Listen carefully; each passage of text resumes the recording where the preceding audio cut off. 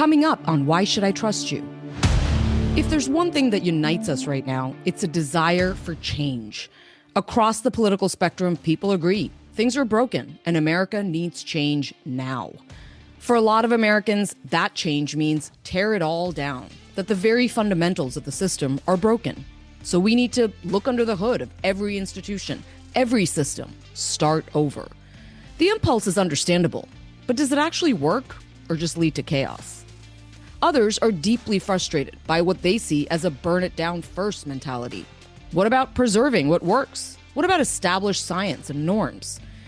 But we've seen that can lead people to defend institutions that actually need to change, or take a hardline approach that shuts down people who have honest questions. And then there's us. Our podcast lives in that strange space, somewhere in between those two sides. We started out, yes, wanting to explore the breakdown in trust for science and public health and mainstream medicine, diagnose it, moderate dialogues. But now we want to escalate to the next phase by trying to find ways to bring those differing sides to the same table, together, to maybe collaborate, to problem solve. Our theory is that building coalitions across differences is the real way to bring about positive change. But are we wrong? Does change happen instead through persuasion and debate? Through the dissemination of facts, winning hearts and minds because, well, your ideas are just better? Our guest today, Greg Satell, has spent years studying how change takes hold, how resistance to change forms, and what actually are the ingredients that spark meaningful change. Let's get started.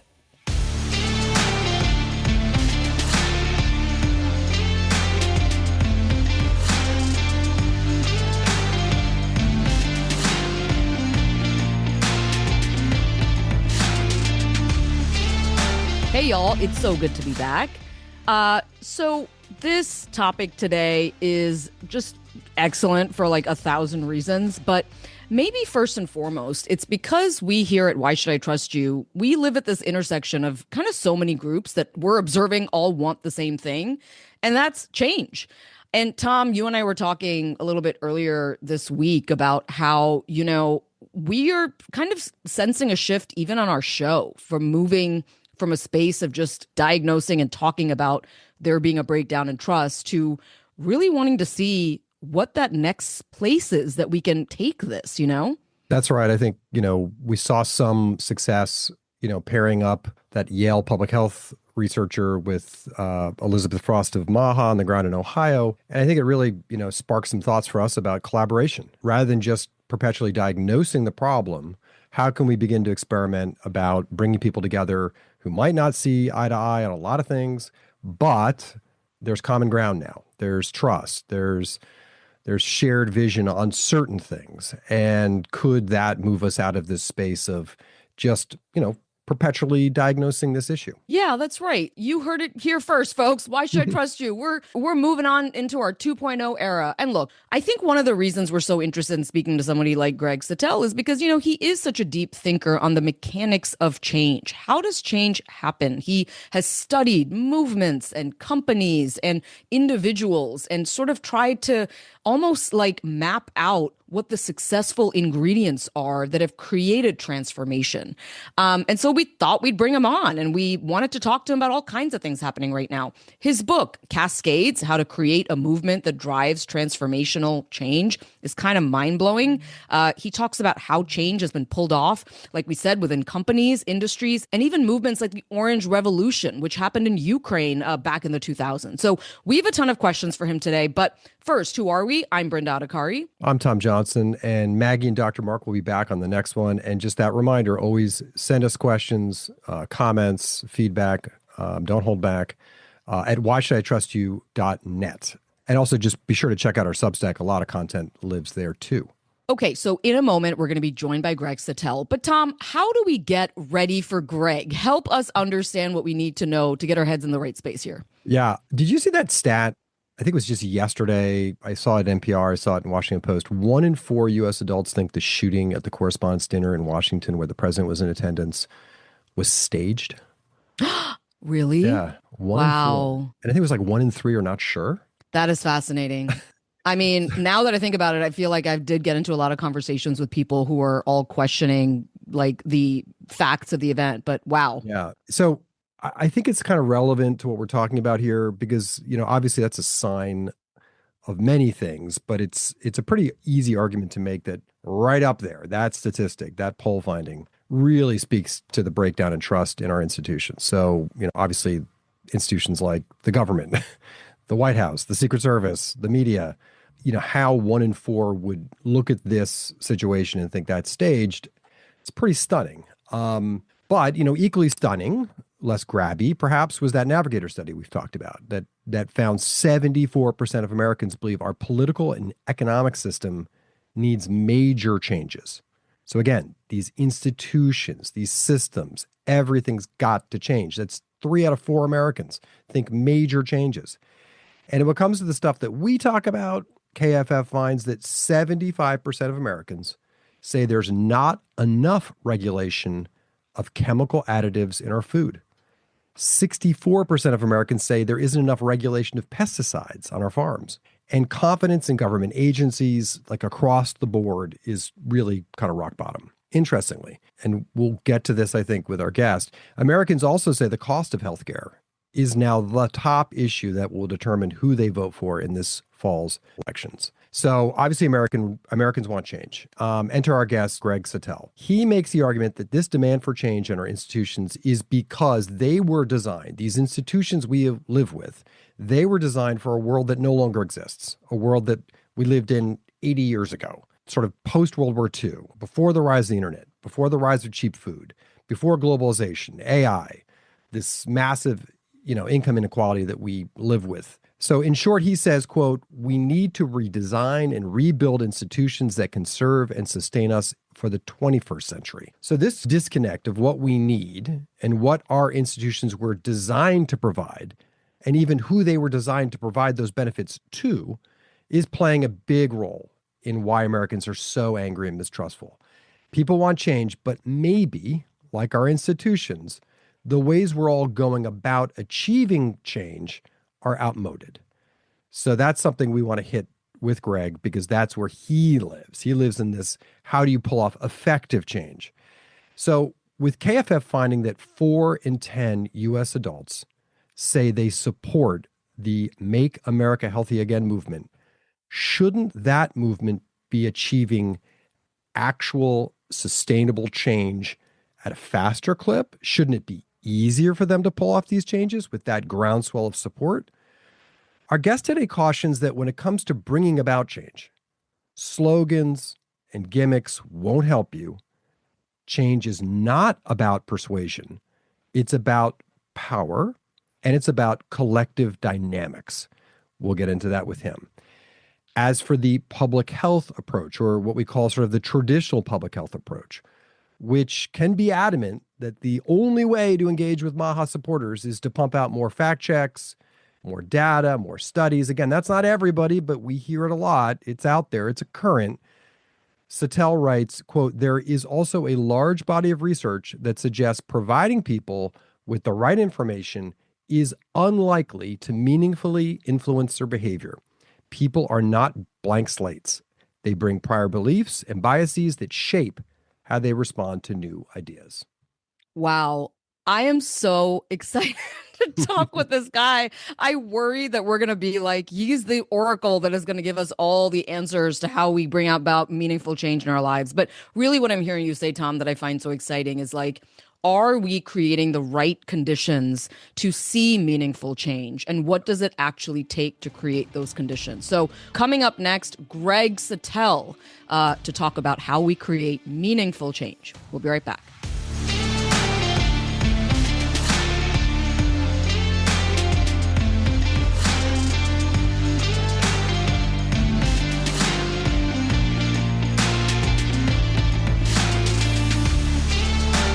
So we are so glad to welcome to the show Greg Satell. Greg is an entrepreneur, and as we said up top, he is an expert on the science of change. He advises a range of clients from the corporate side to governments on strategy around change. His best-selling book is Cascades: How to Create a Movement That Drives Transformational Change. His work appears in the Harvard Business Review along with other top business publications. And super interestingly, Greg spent 15 years living and working in Eastern Europe, where he led a news organization during Ukraine's Orange Revolution. Greg, welcome to Why Should I Trust You? I'm really excited to be here. Love the show. So in Cascades, you write, quote, "It seemed that everywhere I looked, whenever transformative change took place, networks were central to making it happen." You were referring to everything from the Orange Revolution in Ukraine, in which, the people organized against the puppet Russian government there, to the rise of social media, to America's war in Afghanistan. What do you mean by networks were central to making it happen? I had this experience in the Orange Revolution where I was leading this major news organization, and we were trying to build a free press in a country where there'd never been one. And then you have this massive revolution where nobody with any traditional power had any ability to shape events at all. And I had no idea how that happened or how it worked. It was, I just found it incredibly confusing. And then a few years later, now it was 2006, the Orange Revolution was in 2004. I was in Silicon Valley to do a publishing course at Stanford, and everybody was talking about social networks. We had a massive digital business at the time. We had about 40% of the digital revenues in Ukraine. And I thought, well, this is something I should really learn about. And so I started researching network science and came across the work of people like Duncan Watts and Barabashi and others. And what I found was an almost perfect mathematical explanation for everything that happened during the Orange Revolution. And that's what got me hooked and set me out on the journey that led to the research that became Cascades. Okay, I definitely want to dig into that. But you've also said that change isn't about persuasion. It's about power and collective dynamics, which may kind of be taking us a little bit deeper into this well about networks. So tell us a little bit about that. The idea that change isn't about persuasion, it's about power, collective dynamics. And now tell us about those networks. Yeah, just to be clear, and this is an important clarification to make, I'm not saying that persuasion doesn't work, because it does. And on your show, you've had people talk about, Aristotle's ethos, pathos, and logos, which is what we teach at Wharton. Robert Cialdini has done fantastic work on persuasion. David McRaney wrote a great book about how things change or how minds change. How minds change, right? And those things do work. And new techniques like deep canvassing have been shown to work. The problem is that there's a category difference than, say, a salesman at a car dealership persuading you to buy a particular car and your entire neighborhood buying the same car, right? One-to-one persuasion is possible, but the problem is we have decades of research and just a mountain of evidence that shows that the best indicator of the things that we think and do are what the people around us think and do. So, for example, Brenda, I know you are very, very passionate about health. So you could, I'm sure, persuade me about your point of view about health. The problem is, once I get re-embedded into my social networks, I'm very likely to get persuaded right back. So when we're talking about building trust in societies, we're not talking about, Brenda, you seem like a worthwhile person. Tom, you seem super smart. I can trust you personally. But how do we create long chains of trust and long chains of behavior? That's a very, very different type of problem. And that's really a network problem more than a persuasion problem. I just want to run through some of your points and sort of begin to apply them to the topic we cover, which is there's this moment where people want change. They want to make America healthy, right? That's noble. It's great. We have a MAHA movement. We have sort of what we call traditional public health. And then there's our program, which kind of sits in the middle of all this. So you say change is not about persuasion necessarily. It's about, building a network where people who are your friends or your friends' friends or your friends' friends' friends, they're adopting some change or supporting some change, and you're hearing about it. You're much more likely to go along with that change and accept that change. But it's not about persuasion. I think, the first thing I would love to just get your thoughts on is a lot of time we get comments from people who work in traditional public health, and they say, you guys seem like nice people. The podcast, yeah, it's interesting, but this is all wrong. The way to deal with MAHA is to persuade them with the best evidence we have. And we should just keep hitting them with the best evidence, and they'll see our side. They'll see our point of view. And that's about studies and prestigious journals and about facts. Again, we love prestigious journals and facts and studies. But what we've been saying is, I've never really seen anybody change anyone's mind on this program over citing a study. What do you make of that? Well, there's actually a name for that. It's called the information deficit model. That if people aren't acting the way you want them to act, you give them the right information and they will change their behavior. And this has been shown time and time again not to work. The evidence shows that evidence-based arguments don't convince people. They're a part of the puzzle. Going back to ethos, pathos, and logos, logos is facts and evidence. I think one thing that might help the conversation is if just for a few minutes we suspend the use of words like trust and change, because trust is very emotionally laden, and it's also very general. We use trust to talk about, how I trust my wife, whether I trust my daughter to do her homework, and whether I trust someone in a white jacket with a life or death decision. And same thing with change. It's, there's all sorts of change. There's personal change, societal change. So let's call it synchronization, right? I have an idea and I want you to sync with that idea. I want everybody else to have that idea. And when they don't have my same idea, it's very frustrating. You recently had Congressman Ryan on your show, and it was very palpable. He had ideas he believes in, and he's very frustrated that people don't synchronize with the same ideas. So let's take two perspectives to look at that. One is non-psychological and the other is psychological. When we think about synchronization, we know in nature there are all sorts of phenomena, and this was actually at the root of modern network science. They're called coupled oscillators. So massive synchronization. We know that there's certain species of fireflies that can synchronize their blinking so entire forests blink at the same time. Certain crickets can do the same thing with their chirping.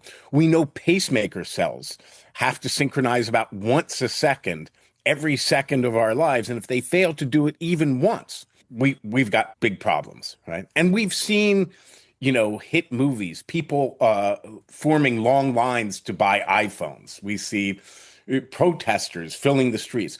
All of those are synchronized behavior. And there's even a name for them. They're called informational cascades. And we know through modern network science exactly how these things work. And the shorthand I use in my book is small groups loosely connected, but united by a shared purpose. So when we think about small groups, those are small, trustful groups. We might have a book group, or I have a small group of friends that I bike ride with. And those are really strong, trustful bonds. And we also know that groups have common members, and network scientists call these boundary spanners. Sometimes they're called bridges. And through those common members, we can build, that's how this massive synchronization builds. So if we look at something like COVID, where you have these institutions, and in general, we have problems with trust in institutions. Those institutions, like the CDC or Dr. Fauci or whatever, were telling people to change their behavior. And they were saying, well, I don't feel connected to that. That doesn't feel connection, right? I feel connected to people in my community who don't want to behave that way. They don't want to adopt those behaviors. So one solution to the problem is saying, listen, in a modern networked world, the way institutions connect really needs to change. And institutions need to be connected on a local level that they haven't done before. And we can already see that some institutions have really been able to do that very, very well. Mhm. Unfortunately, they tend to be authoritarian regimes like the Chinese Communist Party and Russian hackers.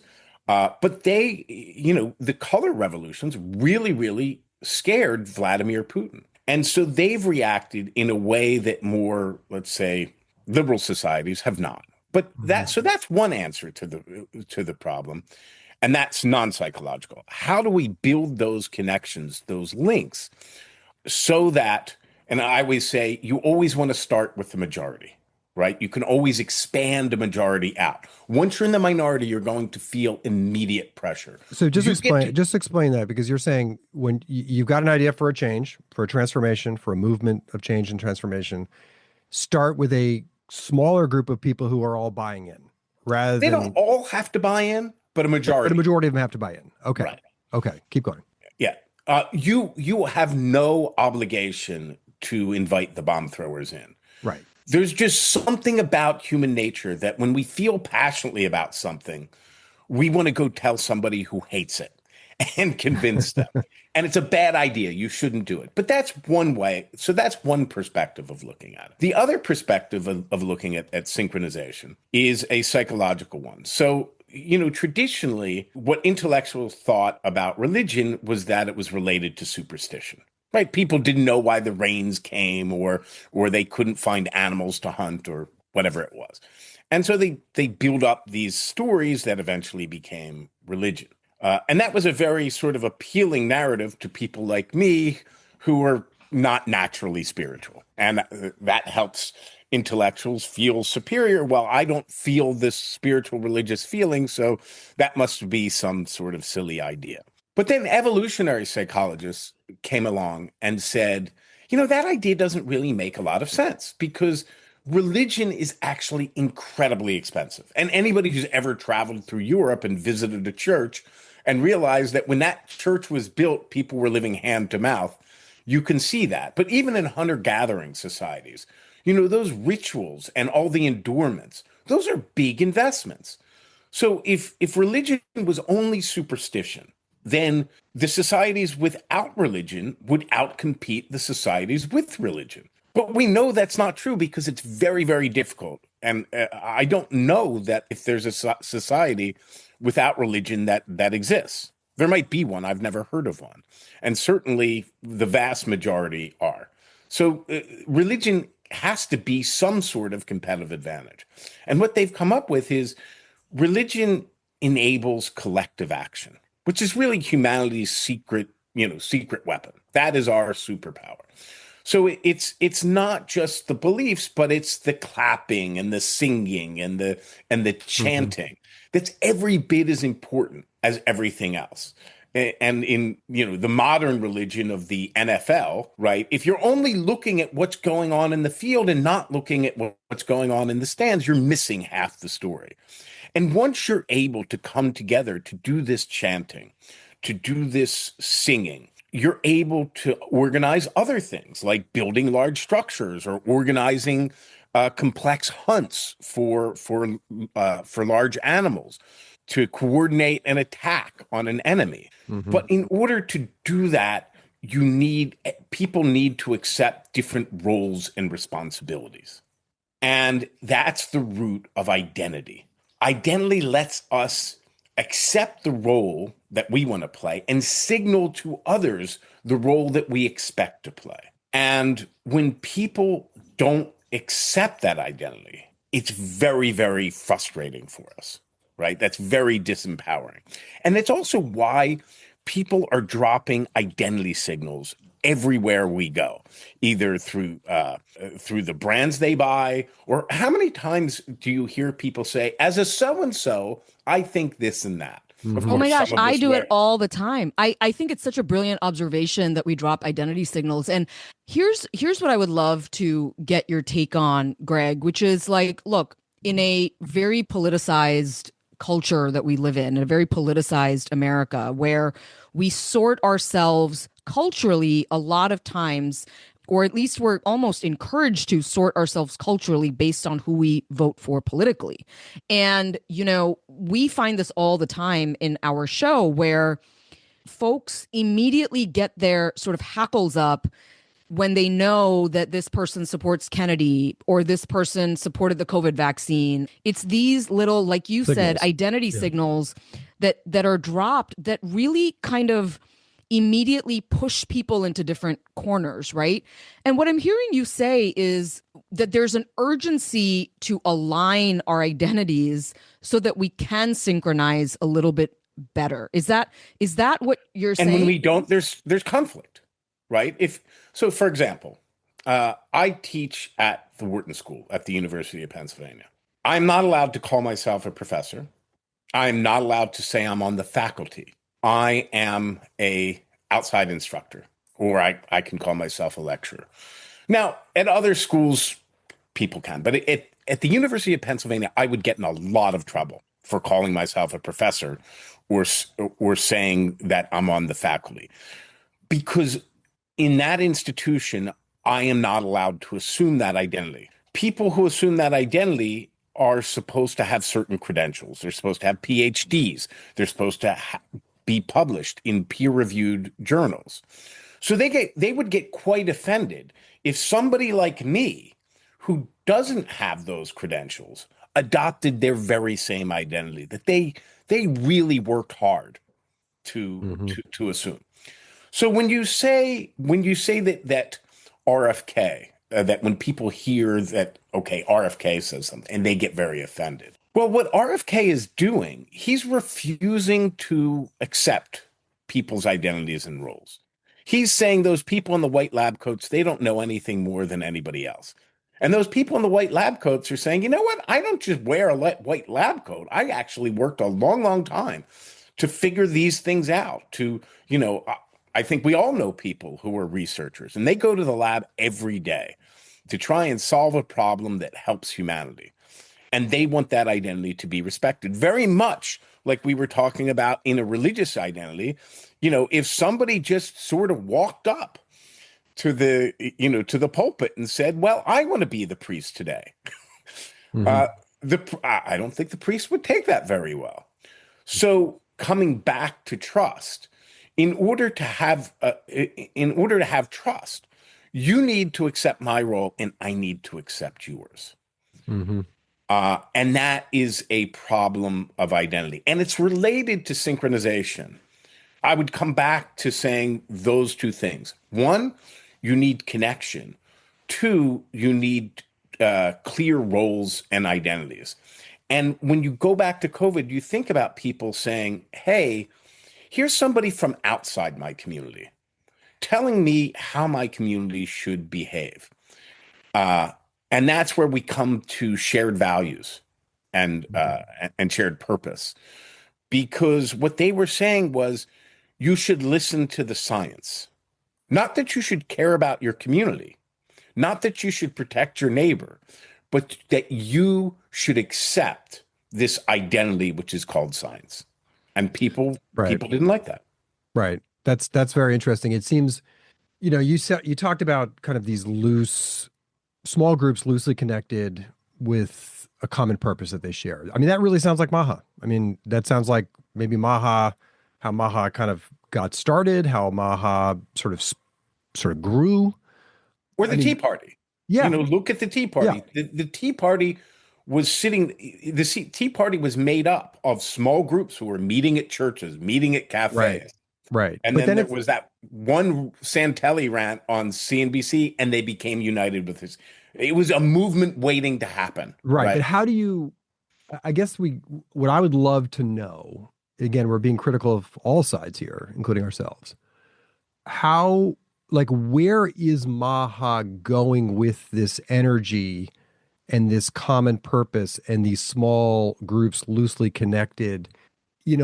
Part of that, I think, is fueled by those kind of cultural triggers that you talked about. Everybody knows when you say, corporate capture or the sick system or mandates, corruption, drain the swamp. Like, it mobilizes this movement. It sort of unites in this kind of like language of, we want change. We recognize these things. Yes, it's hyperbolic, but it speaks to our feelings about these institutions that we feel failed us. We want to change them. We want radical change. We want it now. The country's sick. But at the same time, when you say those things, there's a whole other sort of part of this other group that you need to come along and embrace your change. And they're saying, screw that, screw you. Like, yeah, I wear a lab coat, but I'm not captured. Like, I'm not corrupted. Like, And that the leader of your movement is, dangerous or yeah, doesn't believe in this is vaccines. dangerous talk. This is silly talk. You can't rip this whole thing down. Like this, that would take us backwards. That would make us less healthy.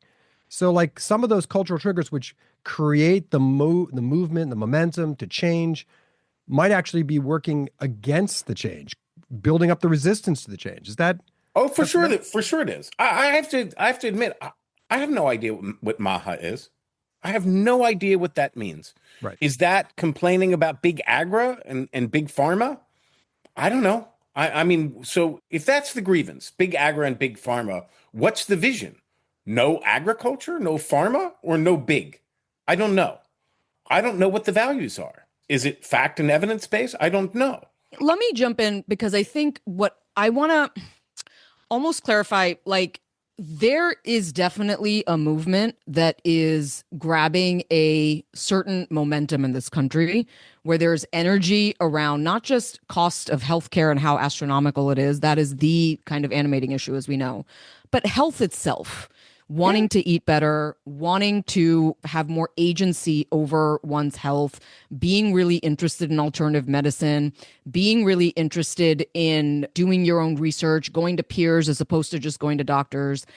And I guess what we're getting at is, like, in your examples of sort of seeing change take place through synchronization and these movements, help us understand, like, what is it? What are those tipping points that make something inevitable, that makes that thing get to a place where you're not just kind of like a niche, an interest group, and you're turning into something that is actually like, yeah, I know we may disagree on a bunch of things, because, like, let's be honest, I imagine even in the Ukrainian revolution, there were interest groups within that ultimately unified under a common cause. And we're seeing the same thing happen now in many ways, but we're sort of like a few steps ahead of it in a way right now. Does that make sense, Greg?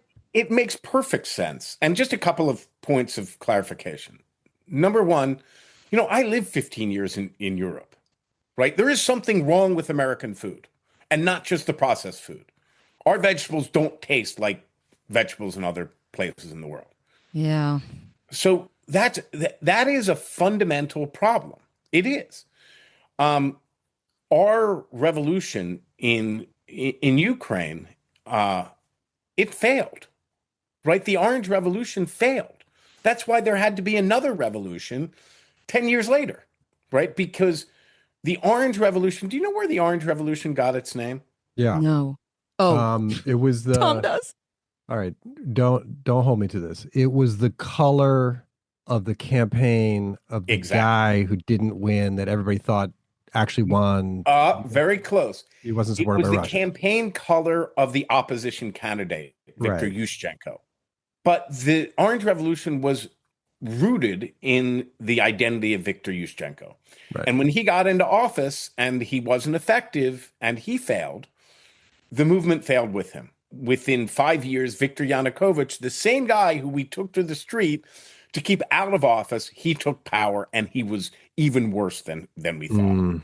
And again, we're back to identity. That's what triggered the Euromaidan revolution. And again, then the purpose was in the name, the Euromaidan protest. This time, the movement was about values, specifically European values. And everybody knew it. And they, without going into too much detail about how Ukraine has changed, because it is a completely different place than when I first got there a quarter century ago. And the world has seen that. But your point, I think, is that a movement can be very effective to mobilize people. It can have a name. It can bring people into the streets. They can march. They can synchronize. These Yep. loosely affiliated networks can all come Like together the with a March common on purpose, Washington. like the March on Washington. And The then problem is it can all fail. there's been over 300 marches on Right. Washington, Right. and I only know one that had an impact. But that's very different than pulling off lasting, substantial Right. change, which is like the next phase, like where you go with this Right. energy. And that's what we want you to tell And us, Greg. Help us get from that place where taking things that are visibly really exciting, which is mobilization and synchronization in the streets, and even maybe as a movement, but taking it to the place where that lasting transformational change happens. Right. And we've seen successful mobilizations fail time and time again, whether that is Occupy or whatever. Here's where you get to the root of Gene Sharp's idea. And Gene Sharp is sort of the patron saint of nonviolent resistance. And his key insight was this: every status quo or every regime relies on sources of power to keep it in place. And those sources of power have an institutional basis. Vladimir Putin isn't powerful because he has some personal powerful qualities. He's powerful because he controls and influences institutions. And that was the key. That was the key in Serbia. That was the key in Ukraine. Every successful movement. That was the key in the civil rights movement. The reason why the March on Washington succeeded wasn't just that, Martin Luther King was so charismatic. It was because it allowed him to influence key institutions like the presidency, like Congress, like the Supreme Court. And like that's what the movement was about. You mobilize people to influence institutions. And that's why you can't start your movement by undermining institutions. That's what authoritarians do. The first thing they do when they get in power is they undermine institutions because that allows them to enforce their will. But what's the difference between, is there a line between undermining institutions and demanding change in the status quo? Yes. Yes. Reforming institutions strengthens them. And that's a very different conversation. Once you say big agri or big pharma or big medicine or whatever, you're saying that's an evil to be excised. It's a very different thing. Listen, I speak to medical groups all the time. I was just speaking at a patient safety conference. These are people who get up every day working hard to help other people. If you want to build a movement with those people, demonizing them isn't the right way to do it.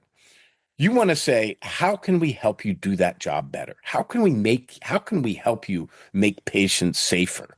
How can we help bring down the cost of healthcare? How can we improve our food? And that's where you get into things like a Keystone Change. I was talking to a doctor, and this doctor said, I really want to change healthcare. And he had been suicidal. They are really having a hard time. So I said, what do you want to change if you would pick one thing? And he thought about it, and he said, you know what? I recently had a case where there was a guy on the operating table. He needed a heart transplant, and he couldn't get pre-authorization. And because the pre-authorization was delayed, he died. And he sees stuff like this every day, and it killed his mental health. So I said, okay, great. So that, let's look at pre-authorizations. And with Keystone Changes, you might have heard of the Toyota production system and the 5 whys to get to a root problem. With Keystone Changes, we say the 3 make it smaller. So start with pre-authorizations. How do we make it smaller? Okay. Well, not pre-authorizations, but pre-authorizations for organ transplants. Great. How do we make it smaller? Well, maybe pre-authorization for just one type of organ transplant. Okay. How do we make it smaller? Well, maybe pre-authorizations for one organ in one state. Well, that's not a quick or easy win. That's still a big thing, but that's a very, very different thing than just trying to stop pre-organizations. You always want to put relative strength against relative weakness. You want to be clear-eyed and hard-nosed. So don't go and take the biggest thing you can. Find a fight that you can win, and then you can build on that. And Kennedy has pushed to change pre-authorization systems in this country with major insurers. There's another one that we've talked about, which is closing this grass loophole, which, again, there's generally lots recognized as safe. Yeah, and people say it's a big loophole that these chemical ingredients were able to be, put into foods without kind of rigorous, proof that they're not making us sick. And there's different constituents, from different sides of the aisle who want those things. So that's a keystone change that I think your point is that there's tangible changes that you could build cross coalitions to support them that would unlock other changes rather than just saying, let's take on big food. Like, let's have a targeted thing that could actually, people could get behind and not just be in resist mode. Right. So the rules for keystone change are a concrete and tangible goal, like glyphosate, for example, that can engage multiple stakeholders and lead to bigger change. Because if you can get rid of glyphosate, which I think there's a strong case for, as I understand, I'm certainly not an expert, you're not only doing something good, you're also building networks that will aid you in that bigger change. Because that same synchronization, and we saw this in Minneapolis, where they had ICE coming in, and they organized so incredibly quickly within a couple of weeks. And if you look closer into that movement was built up of existing networks of, church groups and groups that had organized to help with homeless or crime or whatever it was, or to support their school. And those networks got immediately energized and adopted that shared purpose of resisting ICE. So if you want to build something for MAHA, you need to build that network and focus it on something that would build connections to others. And the way you do that is you target institutions. And this is the part that's so incredibly important. And what we do in our workshops, you actually have to map it out. What are those institutions? Name them. And then you rate them in terms of influence and their level of support. And that's how you build your power map. And it's from your power map that you build your strategy. It's interesting, Greg, because it's such a positive vision of change, and it's such a incredible sort of coalescing around common issues and things like that. What I see right now in 2026, America and the world is, a movement like MAGA, or you see what's happened in Argentina with Javier Milei, and even in places in Europe where there does seem to be this sort of like frustration with the status quo alone, and then wearing those grievances and attacking other groups does seem to be a very popular mechanism that is organizing movements. And just to play devil's advocate here, I mean, MAGA, is it a successful movement, right? And is it a movement that did influence institutions to create change, whether we agree with those changes or not?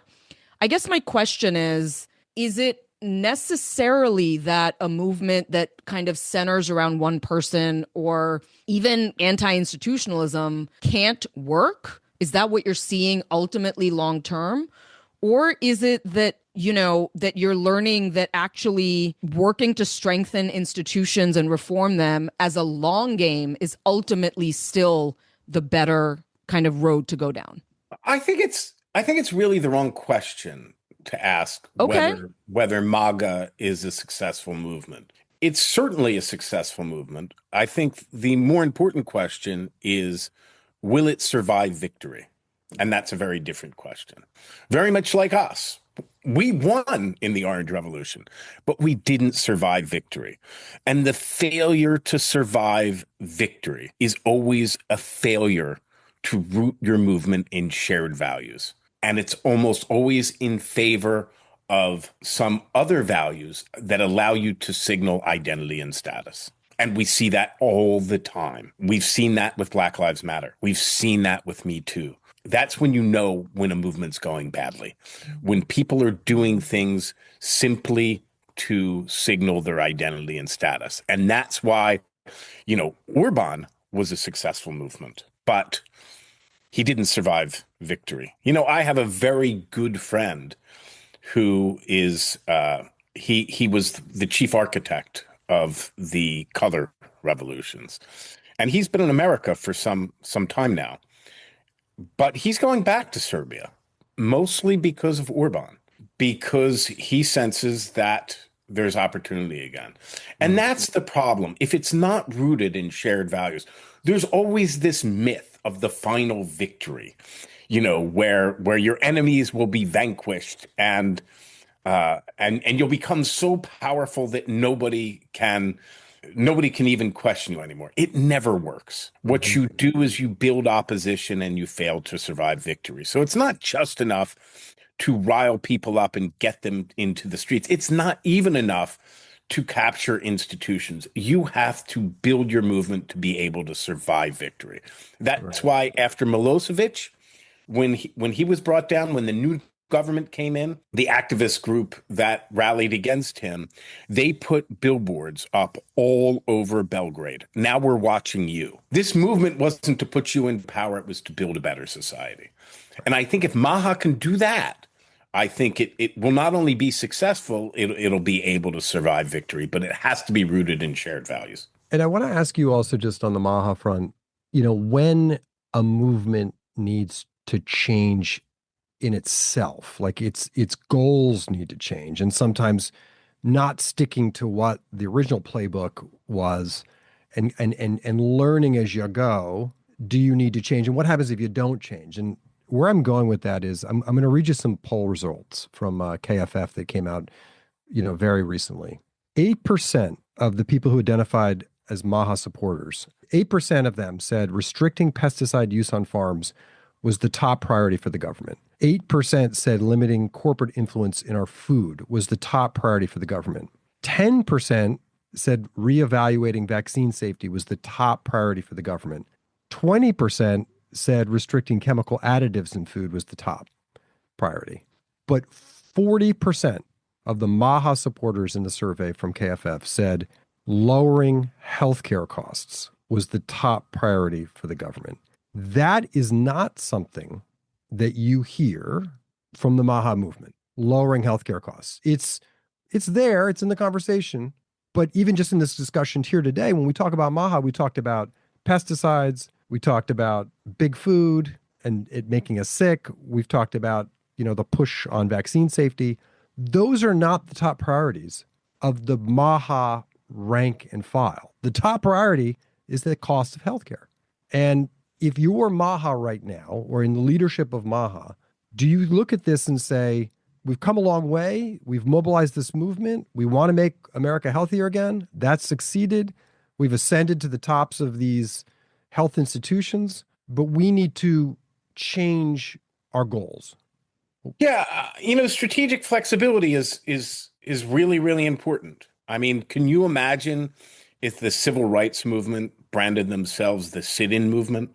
They would have never gotten anywhere, right? But they went from boycotts to sit-ins to freedom rides to freedom summer to, and 8 years later, finally, they mass marches. But that was part of the end game. That's not how they built their movement. And here's the part where Brinda's going to get a little bit angry at me, I think, because I'm going to have to repeat myself.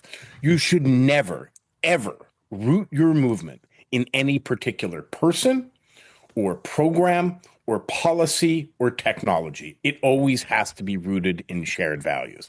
So when you say things like vaccines or corporate food or healthcare costs, your movement can't be about any of those things. The movement has to be about how do we make people healthier. Once you start getting attached to any particular thing or strategy and not focused on values, that's when you, even if you gain a victory here and there, you're not going to be able to survive victory for the long term. And eventually you're going to face a backlash.